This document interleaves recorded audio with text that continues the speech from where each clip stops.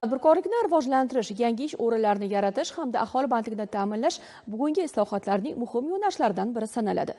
Toshkent shahar Yangi Hayot tumanida bu borada amalga oshirilayotgan tizimli ishlar, tadbirkorlarga yaratilayotgan qulayliklar va soliqchi ko'makchi tamoyili asosida olib borilayotgan faoliyat haqida hozirgi lavhada so'z yuritiladi.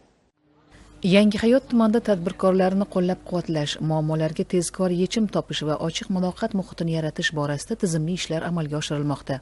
Joriy yilning aprel oyida soliq inspeksiyasi tomonidan kamchiliklari mavjud 86 ta tadbirkorlik subyektiga soliqchi ko'makchi tamoyili asosida tushuntirishlar berildi.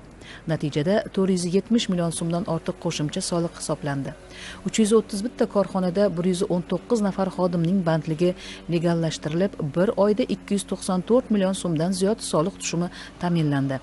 Tumanda 619 ta obyekt ishga tushirilib, 628 ta yangi ish o'rni yaratildi. Qog'oz mahsulotlarini sifatini oshirish, yanada uni eksportligini oshirish uchun yangi 6,2 million dollarlik asbob-uskunalar o'rnattiryapmiz. Mana nasib bo'lsa 3-chorakda o'rnatamiz.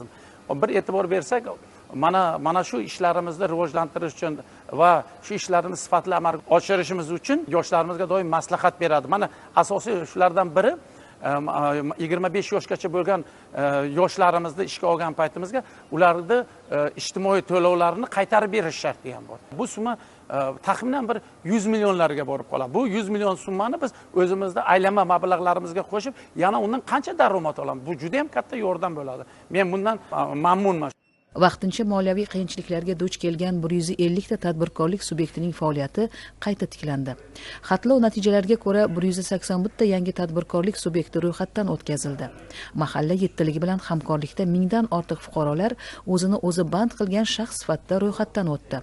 Tezkor yechim va shaffoflik tamoyili asosida yo'lga qo'yilgan tizim tadbirkorlarning ishonchini mustahkamlab, yangi loyihalarga yo'l ochmoqda. Zero, tadbirkor boy bo'lsa, xalq boy bo'ladi, davlat qudratli bo'ladi.